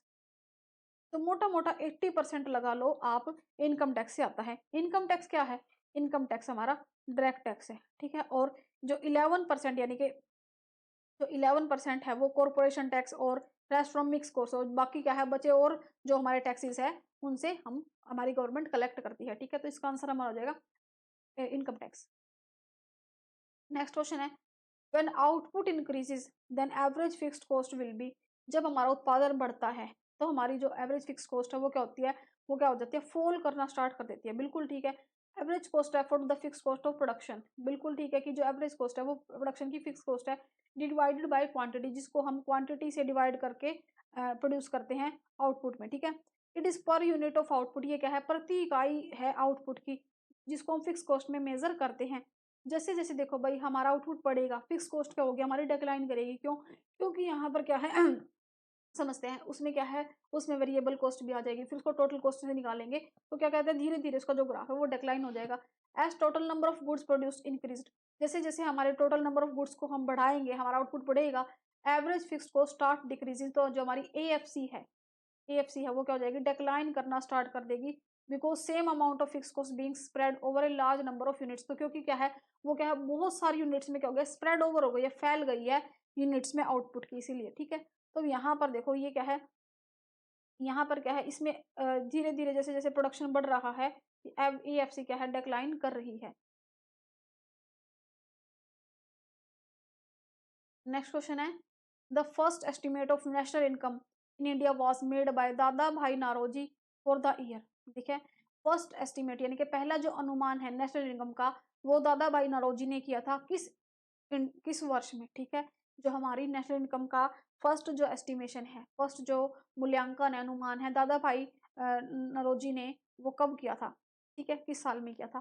भाई उन्होंने किया था 1867-68 के टाइम पीरियड में, 1867 और 68 में उन्होंने नेशनल इनकम का जो एस्टिमेट है वो किया था इंडिया में, बिफोर इंडिपेंडेंस, उस टाइम हम इंडिपेंडेंट नहीं थे। नेक्स्ट क्वेश्चन है, if a good has negative income elasticity, मतलब कि इनकम इलास्टिसिटी क्या है, नेगेटिव है, ठीक है। और positive price elasticity, positive price elasticity, ठीक है। तो ये क्या होगा भाई, प्राइस इलास्टिसिटी पॉजिटिव है, इनकम मतलब कि इनकम के बढ़ने से हम उस गुड्स को और खरीद रहे हैं, तो भाई ये क्या होता है, गिफन गुड्स होते हैं, गिफन गुड्स होते हैं, ठीक है, ये आंसर हो जाएगा। गिफन गुड्स क्या होते हैं, मतलब कि अगर हमारी इनकम बढ़ भी रही है तो भी हम क्या है, नेगेटिव इनकम इलास्टिसिटी होती है इनकी डिमांड पर। सॉरी, इंफीरियर गुड्स, ठीक है, गिफन गुड्स की बात करें हम, ठीक है, हम गिफन गुड्स की बात कर रहे हैं। तो गिफन गुड्स क्या है, unusual type of inferior goods, मतलब कि इंफीरियर गुड्स जो है उनका पॉजिटिव प्राइस रिलेटिव होता है, किसके साथ, पॉजिटिव डिमांड के साथ उनका पॉजिटिव रिलेशन होता है। मतलब कि लॉ ऑफ डिमांड को क्या करता है, जो गिफन गुड्स है, लॉ ऑफ डिमांड को क्या करता है, वॉयलेट करता है। मतलब कि ये मांग के नियम का क्या है, अपवाद है, एक्सेप्शन है। जैसे इनकम बढ़ेगी वैसे ही इसके क्या है, क्या है, क्वांटिटी भी बढ़ेगी, जैसे इनकम बढ़ी हमारी तो इसका डिमांड है वो भी बढ़ेगा। तो ये क्या है, लॉ ऑफ डिमांड का एक्सेप्शन है, ठीक है। इसका आंसर हमारा हो जाएगा ए, गिफन गुड्स। नेक्स्ट क्वेश्चन है, match the list of the books author in correct sequence. तो भाई ये कुछ ऑथर्स दिए हुए हैं, इनकी बुक्स दी हुई हैं, इनको हमें करेक्ट सीक्वेंस में क्या करना है, लिस्ट करना है। ऑप्शन है, फर्स्ट है Dalton an outline of money, Crowther ji finance, और Paul ji Sweezy, A C Pigou capital's development, ठीक है। तो ये कुछ इकोनॉमिस्ट उनकी बुक्स है। तो देखो, डाल्टन ने दी थी principle of public finance, Crowther ji ने दी थी an outlay of money, Paul Sweezy ने दी थी the theory of capital's development, A C Pigou ने दी थी इकोनॉमिक स्टेशनरी स्टेट, ठीक है भाई। तो ये इनका करेक्ट सीक्वेंस हो जाएगा। नेक्स्ट है, consumer gets maximum satisfaction at the point where, consumer है यानी कि जो उपभोक्ता, उपभोक्ता कौन है, हम, हमें सबसे ज्यादा संतुष्टि कब होती है, सबसे ज्यादा संतुष्टि हमें कब होती है, जब हमारी मार्जिनल यूटिलिटी, किसी चीज से मिलने वाली हमें जो यूटिलिटी है, सीमांत उपयोगिता, वो हमारे मूल्य के बराबर हो जाए। तो ठीक है, इसका आंसर हमारा हो जाएगा ये। जैसे कि हम लोग डिमिनिशिंग मार्जिनल यूटिलिटी का कंसेप्ट पढ़ते हैं, ठीक है, उसमें क्या होता है कि जैसे जैसे हम एक हर एक चीज को, हर एक एडिशनल यूनिट को लेते जाते हैं, उसको कंजम्पशन करते जाते हैं, तो जो उससे हमें मिलने वाली यूनिट है, जो उससे हमारे मिलने वाली जो सेटिस्फेक्शन है वो डिक्रीज होती जाती है। तो एक टाइम आता है कि हम उस चीज को क्या करते हैं, उस चीज को लेने से मना कर देते हैं। तो जो पॉइंट है, वहां पर क्वेश्चन पूछा हुआ कि इक्विलिब्रियम कब होगा, क्वेश्चन पूछा हुआ है कि इक्विलिब्रियम कब होगा या सेटिस्फेक्शन कब होगा। तो जब उसे एमयू जब हमारी प्राइस के इक्वल हो जाएगी तो उसे क्या हो जाएगा, मैक्सिमम सेटिस्फेक्शन हो जाएगा। इसका आंसर हमारा ए हो जाएगा, ठीक है। नेक्स्ट क्वेश्चन है, the government can influence private sector expenditure bye, जो सरकार है निजी क्षेत्र के खर्च को किसके द्वारा प्रभावित करती है, ठीक है। जो गवर्नमेंट है वो प्राइवेट सेक्टर के खर्च को किसके द्वारा प्रभावित करती है, वो करती है किसके द्वारा, government influence private sector expenditure various indicators like taxation, subsidies, macro economic policies के द्वारा वो इनको प्रभावित करती है। नेक्स्ट क्वेश्चन है, in long run normal profits includes in which of the flowing. तो भाई देखो, हम नॉर्मल प्रॉफिट कब अर्न करते हैं, हम लॉन्ग रन में करते हैं, ठीक है। तो लॉन्ग रन की बात करें, नॉर्मल प्रॉफिट क्या होते हैं, जब हम मार्केट कंपटीशन या फिर हम लॉन्ग रन की बात करें मार्केट कंपटीशन में, तो हमें सुपर नॉर्मल प्रॉफिट होते हैं, नॉर्मल प्रॉफिट्स होते हैं, ठीक है। तो ये क्या होता है, लॉन्ग रन में क्या होता है, नॉर्मल प्रॉफिट्स जिसमें हम LAC, long run average cost curve को शामिल करते हैं। Long run average cost curve क्या होता है, स्पेसिफाइड करता है किसको, LTC को, ठीक है, ठीक है। तो इसमें क्या होता है, जो कॉस्ट होता है पर यूनिट ऑफ का, पर यूनिट ऑफ आउटपुट का, उसमें लॉन्ग रन के साथ हम इसको कैलकुलेट करते हैं। इसमें क्या होता है, जो छोटे छोटे हमारे short run average cost curve होते हैं, इसी को हम शामिल करते हैं। इसको हम प्लान कर्व भी कहते हैं, प्लानिंग कर्व भी कहते हैं। देखो ये क्या है, इसमें क्या है, छोटे छोटे जो प्लान्स होते हैं SAC, ये ऐसे स्कूप्स की तरह, इसको हम शामिल करते हैं। ये क्या है, हमारा short run average cost curve 1 2 3 4 5 6, ठीक है। तो इनको जब हम एक साथ क्या कर देंगे, कंपाइल कर देंगे, एक साथ हम जोड़ देंगे इनको ऐसे करके, तो ये हमारा प्लान कर्व आ जाएगा, ठीक है। यही है हमारा long run average cost curve, इसमें हमें लॉन्ग रन में नॉर्मल प्रॉफिट्स मिलते हैं, ठीक है। क्वेश्चन है हमारा next 43, the decrease in dependency ratio of dependent population of working age population of country may lead to which of the following situation। इससे क्या सिचुएशन आएगी, पहले हम समझते हैं डिपेंडेंसी रेशो। डिपेंडेंसी रेशो होता है जो हम पर निर्भर है। निर्भर हम पर कौन है, सबसे पहले हम अगर पॉपुलेशन डेमोग्राफिक की बात करें, पूरा कंसेप्ट हम पढ़ते हैं ये डेमोग्राफिक ट्रांजिशन का, उसमें हम dependency ratio, working age population, dependent person, जो बच्चे 0 से 14 ईयर्स के होते हैं वो भी डिपेंडेंट होते हैं, या जो पर्सन 65 प्लस एज के होते हैं वो भी हम पे डिपेंड होते हैं, यानी कि जो रिटायर हो गए और जो बच्चे कमा नहीं रहे। तो ये जो दोनों एज ग्रुप है, ये जो दोनों ग्रुप है, ये क्या है, हम पर डिपेंडेंट है, डिपेंडेंसी है, ठीक है। फिर वर्किंग एज की बात करें, जो वर्किंग एज, मान लो जरूरी नहीं किसी का बच्चा 15 साल की उम्र से कमाने लग जाए, ठीक है। जो पर्सन 15 साल से, क्योंकि गवर्नमेंट भी अलाउ करते हैं 15 साल का बच्चा काम कर सकता है, ठीक है। 15 टू 64 का जो एज ग्रुप है वो क्या होता है, हमारा वर्किंग पॉपुलेशन है। 15 टू 64 का जो हमारा एज ग्रुप है वो क्या है, वर्किंग पॉपुलेशन है। तो इसमें क्या करते हैं, किसी देश की मतलब कि डिपेंडेंसी रेशियो को तो कम कर दिया, ये तो क्या है, डिपेंडेंट है, और और वर्किंग एज पॉपुलेशन को लीड कर दिया, इसको बढ़ा दिया। तो इससे क्या होगा, इससे क्या होगा भाई, जो डिपेंडेंट है उनको कम कर दिया और वर्किंग एज है यानी कि जो कमाने वाले हैं उनको बढ़ा दिया। इससे क्या होगा, बचत में वृद्धि होगी, बचत में कमी आएगी, कैपिटल फॉर्मेशन होगा, उसमें वृद्धि होगी, कैपिटल फॉर्मेशन में कमी आएगी। तो भाई देखो इससे क्या होगा, बचत में वृद्धि होगी, ठीक है। अब क्या है, अब वो डिपेंडेंट है, उनका खर्चा कम होएगा तो उनकी सेविंग्स भी ज्यादा होगी। तो इसका आंसर हमारा हो जाएगा 1 एंड 3, और कैपिटल फॉर्मेशन भी इंक्रीज होएगा, 1 एंड 3 इसका आंसर हो जाएगा, ठीक है। When any nation working population increased, working population क्या होता है, जो कामकाजी जनसंख्या होती है 15 से 64 वर्ष की, हमें एज ग्रुप हमारे इंडिया के कंटेक्स्ट में मानते हैं। जब वर्किंग पॉपुलेशन ज्यादा होगी तो वो काम भी ज्यादा करेंगे, काम ज्यादा करेंगे तो पैसा ज्यादा आएगा, पैसा ज्यादा आएगा तो वो उसको खर्चे करेंगे। लेकिन जो उनके घर में जो बुजुर्ग है, जो बच्चे हैं, वो इतने नहीं है, ठीक है, वो उन पर डिपेंड नहीं है, घर में सभी काम करने वाले हैं और जो खर्चा करने वाले हैं वो कम है। तो क्या होगा, उनकी सेविंग बढ़ेगी, सेविंग बढ़ेगी तो जो कैपिटल फॉर्मेशन होगा इसे इकोनॉमी ग्रो करना स्टार्ट कर देगी, ठीक है। तो 1 और 3 इसमें करेक्ट हो जाएंगे। नेक्स्ट क्वेश्चन है, what does mean by the term of free trade. Free trade से आप क्या समझते हैं, free movement of goods from one country to another. तो भाई देखो, फ्री ट्रेड क्या होते हैं, मुक्त बाजार, ठीक है। Free movement of goods from one country to another, एक कंट्री का फ्री में क्या मुफ्त में आवाजाही गुड्स का, ठीक है, एक देश से दूसरे से। Movement of goods free of cost, goods का फ्री ऑफ कॉस्ट मूव करना। Unrestricted exchange of goods and services, बिना किसी प्रतिबंध के गुड्स और सर्विस को एक्सचेंज करना। ट्रेड फ्री ड्यूटी, ड्यूटी बिना व्यापार, मतलब कि बिना ड्यूटी के, मतलब बिना किसी फीस के वो लगा ट्रेड करना। तो भी देखो, फ्री मूवमेंट होता है जब गुड्स का एक कंट्री से दूसरी कंट्री में होता है हमारा फ्री ट्रेड, ठीक है। Free trade is economic policy not discriminating, जो डिस्क्रिमिनेट नहीं करती अगेंस्ट इंपोर्ट को और एक्सपोर्ट को फॉरेन जुडिक्शन के केस में, ठीक है। Buyers and sellers from separate economies, जो खरीदार है और बेचने वाले हैं वो क्या है, अलग अलग इकोनॉमी से वॉलंटरीली अपनी इच्छा से क्या करते हैं, ट्रेड करते हैं, without domestic government applying tariffs, जब जब उन पर जो देश की घरेलू जो सरकार है वो क्या करती है, टैरिफ्स नहीं लगाती, restrictions, quota, subsidies, ban and their goods and services, उन पर किसी प्रकार से क्या है, प्रतिबंध लागू किए बिना स्वेच्छा से वो क्या करते हैं, व्यापार करते हैं। ये होता है फ्री ट्रेड, ठीक है। नेक्स्ट क्वेश्चन है, which among the following is not A Brayton would institute. इनमें से ब्रेटन वुड्स का इंस्टीट्यूट नहीं था।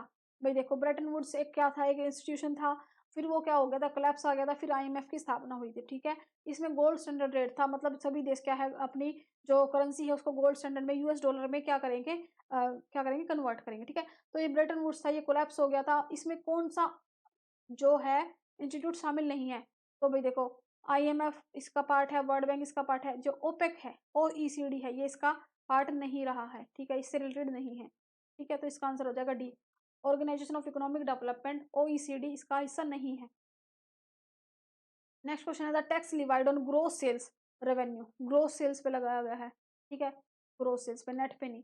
और बिजनेस ट्रांजैक्शन कोड, बिजनेस के ट्रांजैक्शन में जो ग्रोस सेल पे लगाया गया है, ठीक है, नेट पे नहीं लगाया, बात ध्यान रखना, ग्रोस पे लगाया गया, तो इसको हम कहते हैं टर्नओवर टैक्स, इसको हम कहते हैं टर्न ओवर टैक्स, इसका आंसर हमारा हो जाएगा ए, टर्न ओवर टैक्स। ठीक है, जो ग्रोस सेल पे लगाया जाता है बिजनेस में, ये क्या होता है, a turnover tax is same as VAT. ये क्या है, वैट की तरह सेम सेम होता है। वैट क्या होता है, वैल्यू एडेड टैक्स होता है, जो किसी गुड्स की वैल्यू पर लगाया जाता है।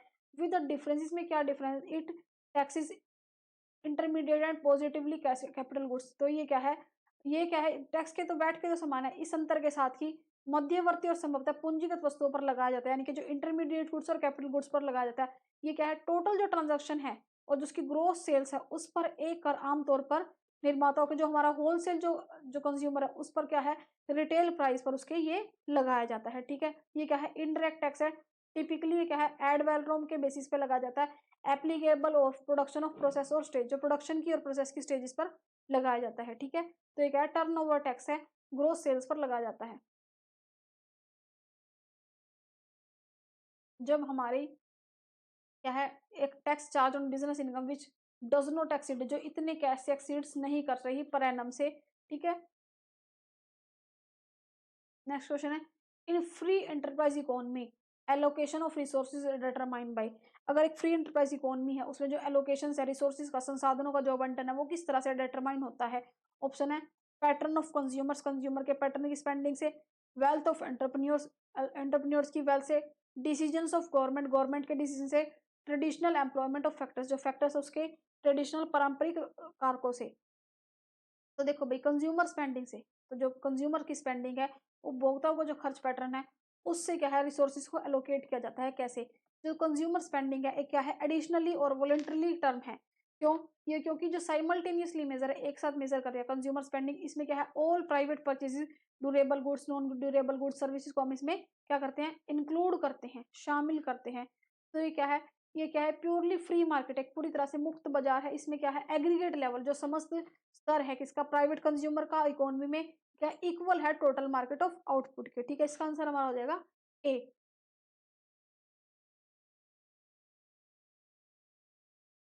नेक्स्ट क्वेश्चन है, which year planning commission was setup. Setup की बात हो रही है, इंप्लीमेंट की बात नहीं हो रही, ध्यान से क्वेश्चन को समझेंगे। प्लानिंग कमीशन योजना आयोग की स्थापना कब की गई थी। तो भाई देखो, 1947 में हमारी कंट्री क्या हुई थी, इंडिपेंडेंट हुई थी। और जो ब्रिटिशर्स है हमारे देश की इकोनॉमी को बहुत बुरी कंडीशन में छोड़ के गए थे।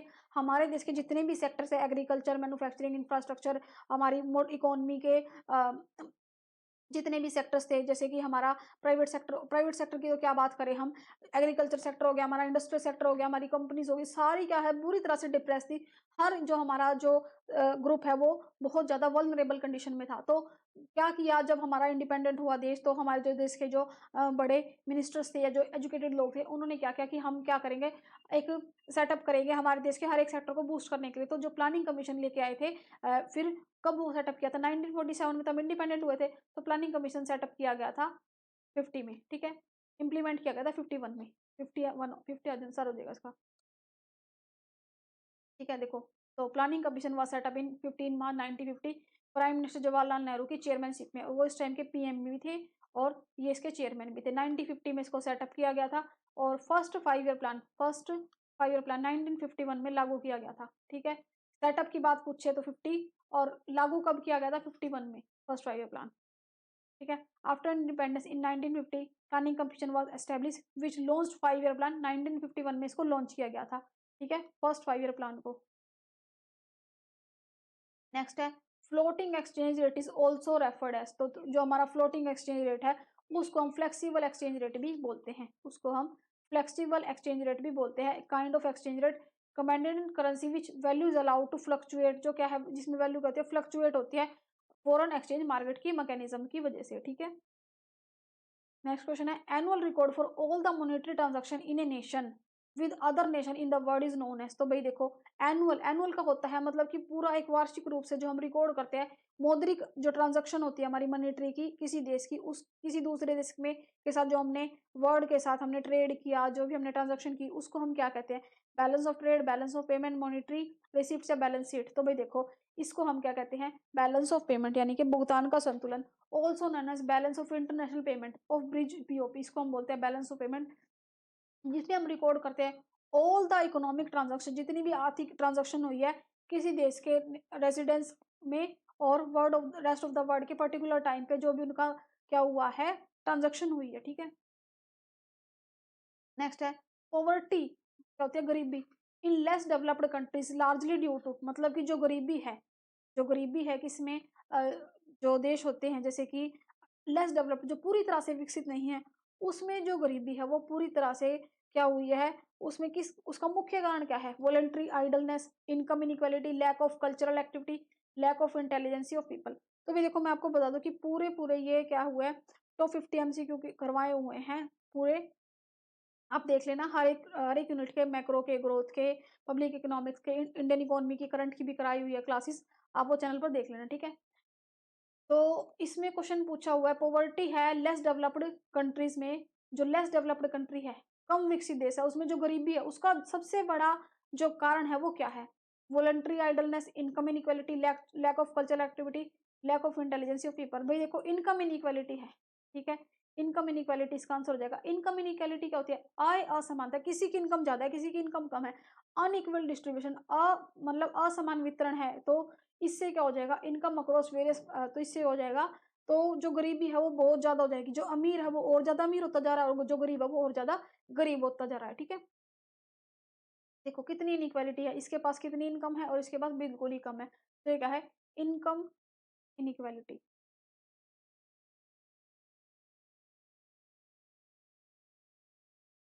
The term disguised employment, unemployment, ठीक है, अनएम्प्लॉयमेंट वॉज कॉइन्ड बाय, जो टर्म है प्रछन्न बेरोजगारी किसके द्वारा दी गई थी, तो भाई देखो जो टर्म है डिसगाइज्ड एम्प्लॉयमेंट ये दी गई थी मिसिस जॉन रॉबिन्सन के द्वारा, ठीक है, मिसिस जॉन रॉबिन्सन के द्वारा दी गई थी, और इन्होंने एक concept golden age, golden age equilibrium भी दिया था, ठीक है, ये भी ध्यान रखना, कई बार क्वेश्चन पूछ लेते हैं। तो मिसिस जॉन रॉबिन्सन ने टर्म दी थी डिसगाइज एम्प्लॉयमेंट की, और गोल्डन एज इक्विलिब्रियम भी इन्होंने दिया था। इसका आंसर हमारा हो जाएगा जो प्रछन्न बेरोजगारी, disguise unemployment was coined bye John Robinson, ठीक है। तो भाई देखो, तो डिसगाइज्ड अनएम्प्लॉयमेंट किसके द्वारा दिया गया था, मिसिस जॉन रॉबिन्सन के द्वारा। तो यहाँ पर क्या कहते हैं वो कहती है in context of developed country, यानी कि जो विकसित देश है, डेवलप्ड कंट्रीज की बात कर रही है, disguised unemployment is a situation in which wage workers take to less production jobs. तो जो वेज वर्कर्स है वो क्या कर रहे हैं, लेस प्रोडक्शन जॉब्स ले रहे हैं, because they loss there regular job, जो उनकी रेगुलर नियमित जॉब है उसको वो लूज कर रहे हैं, टू द साइक्लिक ट्रेंड, जो साइक्लिक ट्रेंड की वजह से इकोनॉमिक एक्टिविटी में आ रहा है उसकी वजह से उनको डिस्गाइज्ड एम्प्लॉयमेंट हो रही है, ठीक है। नेक्स्ट क्वेश्चन है incidence of tax refers to, कर की घटना को संदर्भित करता है, the effect produced by tax, rate of taxation, one who bears the ultimately money burden of tax. तो इंसिडेंस ऑफ टैक्स क्या करता है, मतलब कि जो अल्टीमेट बियर करेगा टैक्स को, बर्डन ऑफ टैक्स को, वो होता है हमारा इंसिडेंस ऑफ टैक्स। तो देखो भाई इंसिडेंस ऑफ टैक्स का बेस्ट एग्जांपल है हमारा डायरेक्ट टैक्स, डायरेक्ट टैक्स क्या होता है हमारा, प्रत्यक्ष कर, प्रत्यक्ष कर का बेस्ट एग्जांपल है इनकम टैक्स। इनकम टैक्स भाई देखो, अब हम बात करें इसको, हम डिटेल में समझते हैं। इनकम टैक्स होता है आयकर, तो इंसिडेंस का मतलब होता है कर की घटना, मतलब जिस पर वो लगाया जाता है अल्टीमेट बर्डन भी उसी को पे करना पड़ता है। अब आपकी इनकम पर कुछ टैक्स लगा है, आपकी इनकम बहुत अच्छी है और आपकी इनकम गवर्नमेंट के टैक्स स्लैब के अंडर आती है, आपको वो टैक्स पे करना पड़ेगा, आप अपना टैक्स किसी और पर टाल नहीं कर सकते। One who bear the ultimate money, मतलब आपको ही उसका अल्टीमेट बर्डन टैक्स का पे करना पड़ेगा, बियर करना पड़ेगा, ठीक है। तो डायरेक्ट टैक्स होता है, लेकिन हम बात करें इनडायरेक्ट टैक्स की, इनडायरेक्ट टैक्स में क्या करते हैं, जो प्रोड्यूसर्स होते हैं, जैसे कि वो क्या करते हैं, अपना जो टैक्स होता है वो दूसरे पर टाल देते हैं। जैसे कि आप चिप्स का पैकेट खरीदो, बिस्किट का पैकेट खरीदो, तो उस पर लिखा होता है प्राइस में इंक्लूडिंग ऑल टैक्सेस, तो गवर्नमेंट क्या करती है, प्रोड्यूसर्स पर, फर्म्स पर, कंपनीज पर टैक्स लगा देती है, ठीक है। तो वो क्या करते हैं, उस टैक्स को पब्लिक पर क्या कर देते हैं, ट्रांसफर कर देते हैं। लेकिन बात करें इंसिडेंस ऑफ टैक्स की, जिसमें रेफर करता है which the individual organisation suffer from the imposition of tax, जिस पर लगाया जाता है वही इसको इम्पोज किया, जिस पर इम्पोज किया जाता है वही इसको बियर करता है समथिंग, ठीक है। और incidence of tax also called burden of tax, तो ये उसी पर ही बर्डन करता है, ठीक है। इसका आंसर हो जाएगा बर्डन ऑफ टैक्स। तो इसका आंसर मतलब कि डायरेक्ट टैक्स इससे रिलेट करता है, जिस पर लगाया जाता है वही इसको पे करता है, जैसे कि इनकम टैक्स, ठीक है। नेक्स्ट क्वेश्चन है in banking the term smart money use for, तो देखो भाई स्मार्ट मनी से हम क्या समझते हैं, credit card, internet banking, E banking, cash with public. Cash with public smart money नहीं है, ठीक है, तो करेंसी हो गई हमारी ई बैंकिंग। ई बैंकिंग इंटरनेट बैंकिंग, ये भी दोनों टर्म हो गई। क्रेडिट कार्ड, जो हमारा क्रेडिट कार्ड है वो क्या है, स्मार्ट मनी है, ठीक है, तो हमारी स्मार्ट मनी है। Credit card are considered as smart money, they allow transaction without need of physical contract, ये बिना किसी फिजिकल कॉन्ट्रैक्ट के अलाउड करते हैं ट्रांजेक्शन को। In pure economics term smart money refers to investment made by people experience in matter of finance, ठीक है, तो क्रेडिट कार्ड इसका आंसर हो जाएगा, ये क्रेडिट कार्ड है, ठीक है। नेक्स्ट क्वेश्चन हमारा, what is the fiscal deficit target. देखो भाई, करंट इकोनॉमी का टॉपिक आ गया, ये फिस्कल डेफिसिट टारगेट कितना रखा है 2024-25 का जो हमारा परसेंटेज है जीडीपी का, उसमें उन्होंने कितना fiscal deficit, fiscal deficit, fiscal deficit का टारगेट रखा है, ठीक है। तो भाई इन्होंने कितना रखा 2024-25 में। आप बात करते हैं इन करंट इकोनॉमी की, भाई मैंने पूरा इंडियन इकोनॉमी का करंट का डेटा करवाया हुआ है, आप देख लेना, ठीक है, चैनल पर आपको मिल जाएगा, मेरे चैनल पर। तो भाई ये रखा है इन्होंने 4.9, ये रखा है इन्होंने 4.9 को, 4.9 को रखा है इन्होंने, ठीक है, इसका आंसर हो जाएगा सी। तो जो हमारा ये इस साल का जो हमारा बजट है 2024-25 का जो हमारा बजट आया था हमारा, उसमें जो फिस्कल डेफिसिट का जो टारगेट है 4.9 रखा था जीडीपी का, और गैप जो इसमें जो इंडिकेट करता है गैप गवर्नमेंट के टोटल एक्सपेंडिचर का और रिसिप्ट्स का, ठीक है। डेफिसिट कब होता है, घाटा कब होता है, जब हमारे क्या हो जाते हैं, एक्सपेंडिचर ज़्यादा हो जाते हैं रेवेन्यू से, तो हो जाता है हमारा डेफिसिट। नेक्स्ट क्वेश्चन है, in money market according to classical, classical की बात हो रही है, ध्यान से देखो, क्लासिकल शास्त्रीय लिखा हुआ है भाई, यहाँ पर क्लासिकल को कई बार यहाँ पर ये शास्त्रीय लिख देते हैं, ठीक है, कई बार यहाँ पर ये परंपरावादी लिख देते हैं, परंपरावादी, कई बार ये प्रतिष्ठित लिख देते हैं। मैं इतना डिटेल में इसलिए बता रही हूँ ताकि आप कंफ्यूज ना हो पेपर के टाइम पे। तो क्लासिकल को इंग्लिश में तो क्लासिकल ही पढ़ेंगे, कई बार शास्त्रीय लिखा होगा, कई बार परंपरावादी लिखा होगा, कई बार प्रतिष्ठित लिखा होगा, आप कंफ्यूज मत होना, तीनों एक ही टर्म है, ठीक है। क्लासिकल के अकॉर्डिंग मनी मार्केट यानी कि हम क्वांटिटी थ्योरी ऑफ मनी की बात करें, क्यूटीएम की बात करें, तो वहां पर क्या होगा, M V is equal to PT, यानी कि जो मनी की सप्लाई है वो प्राइस के लेवल के इक्वल होगी, M V is equal to PT, the total supply of money is equal to general price level, ठीक है, तो M V is equal to PT ये हमारा हो जाएगा क्लासिकल के अकॉर्डिंग, ठीक है। नेक्स्ट क्वेश्चन है हमारा, इंडिया अडोप्टेड 5 ईयर प्लान्स, यहाँ पर क्वेश्चन पूछा हुआ है, इंडिया ने 5 ईयर प्लान्स को अडोप्ट कौन से देश से किया, ऑप्शन है फ्रांस, यूएसएसआर, अमेरिका, इंग्लैंड। तो भाई देखो, मैं आपको एक इंटरेस्टिंग फैक्ट बताती हूँ इसके बारे में, जो हमारे 5 ईयर प्लान्स है उसको सेटअप तो किया गया था 1950 में, अभी हमने ये क्वेश्चन भी डिस्कस किया 1950 में, अब इम्प्लीमेंट कब किया, इम्प्लीमेंट किया उन्होंने इसको 51 में, फर्स्ट 5 ईयर प्लान को, ठीक है। तो भाई उस टाइम के हमारे प्राइम मिनिस्टर थे जवाहरलाल नेहरू जी, ठीक है, और वो हमारे प्लानिंग कमीशन के उस वक्त के चेयरमैन भी थे, ठीक है। तो हमारा 5 ईयर प्लान वो क्या है, उस टाइम पर यूएसएसआर काफ़ी टाइम वहाँ पर वो स्टडी करके आए थे, उनका वहाँ की इकोनॉमी से उन पर बहुत ज़्यादा इन्फ्लुएंस हुआ, नेहरू जी पर, यूएसएसआर पर में वो काफ़ी वक्त रह के आए थे, वहाँ से उन्होंने स्टडी वगैरह भी की, वहाँ पर उन पे उनकी इकोनॉमी पर उन पर बहुत प्रभाव हुआ। तो जो 5 ईयर प्लान का जो सिस्टम है उन्होंने यूएसएसआर से वहां से अडॉप्ट किया, तो इसका आंसर हमारा हो जाएगा बी, यूएसएसआर, ठीक है। देखो, 5 year plan in India adopted from USSR, United of Soviet socialist republics, यहाँ से इन्होंने अडोप्ट किया था। फर्स्ट 5 ईयर प्लान हमारा 1951 में अप्लीकेबल हुआ था, ठीक है। नेक्स्ट क्वेश्चन है, Malthusian theory of population define the relationship between. तो देखो भाई, माल्थस की जो थ्योरी है पॉपुलेशन की वो किसके बीच में डिफाइन करती है रिलेशनशिप, फूड और पब्लिक पॉपुलेशन के बीच में। माल्थस की जो थ्योरी है पॉपुलेशन की फूड सप्लाई और पॉपुलेशन ग्रोथ के बारे में डिस्कस करती है। माल्थस कहता है कि जो पॉपुलेशन है, जो पॉपुलेशन है, जैसे हमारे देश के हालात है, किसी इकोनॉमी के हालात है, पॉपुलेशन है वो ज्योमेट्रिकली बढ़ती है, ज्योमेट्रिकली बढ़ती है, और जो फूड सप्लाई है वो अर्थमेटिकली बढ़ती है। मतलब कि जो पॉपुलेशन है वो क्या बढ़ती है, एक्सपोनेंशियली बढ़ती है, एक्सपोनेंशियली, और जो फूड सप्लाई है वो लीनियरली बढ़ती है, ठीक है। तो वो कहता है कि जो पॉपुलेशन है वो किस तरह से बढ़ेगी, 2, 4, 8, 16, 32, मतलब कि 16, 32 नहीं आएगा, 64 आएगा, ऐसे स्क्वायर स्क्वायर में ज्योमेट्रिकली बढ़ेगी। जो फूड सप्लाई है वो 1, 2, 3 इस तरह से बढ़ेगी। तो ये रिलेशन बताता है फूड सप्लाई का और पॉपुलेशन ग्रोथ का, ठीक है। तो इकोनॉमिस्ट है जो माल्थस, वो कहता है कि जो स्ट्रॉन्गली गिव है, उन्होंने व्यू दिया है पॉपुलेशन थ्योरी पे, वो कहता है कि जो रिलेशन है फूड सप्लाई का और पॉपुलेशन में, कि वो कहता है कि जो पॉपुलेशन है वो करती है ज्योमेट्रिकली मैनर में ग्रो, और फूड सप्लाई करती है अर्थमेटिकल मैनर में ग्रो। नेक्स्ट क्वेश्चन है, from the which given expenditure find which one of the developmental expenditure, इनमें से कौन सा डेवलपमेंटल एक्सपेंडिचर यानी कि विकासात्मक व्यय है। जो डेवलपमेंट एक्सपेंडिचर क्या होता है, जो किसी देश की डेवलपमेंट में वृद्धि करते हैं। तो इनमें से जो डेवलपमेंटल व्यय है वो है इरिगेशन। जो हम एग्रीकल्चर सेक्टर में इरिगेशन पर, सिंचाई पे जो खर्चा करते हैं, वो देश के एक डेवलपमेंटल एक्सपेंडिचर में आता है। तो इसका आंसर हो जाएगा irrigation. Development expenditure is a type of expenditure which is incurred in activity directly related to economic development.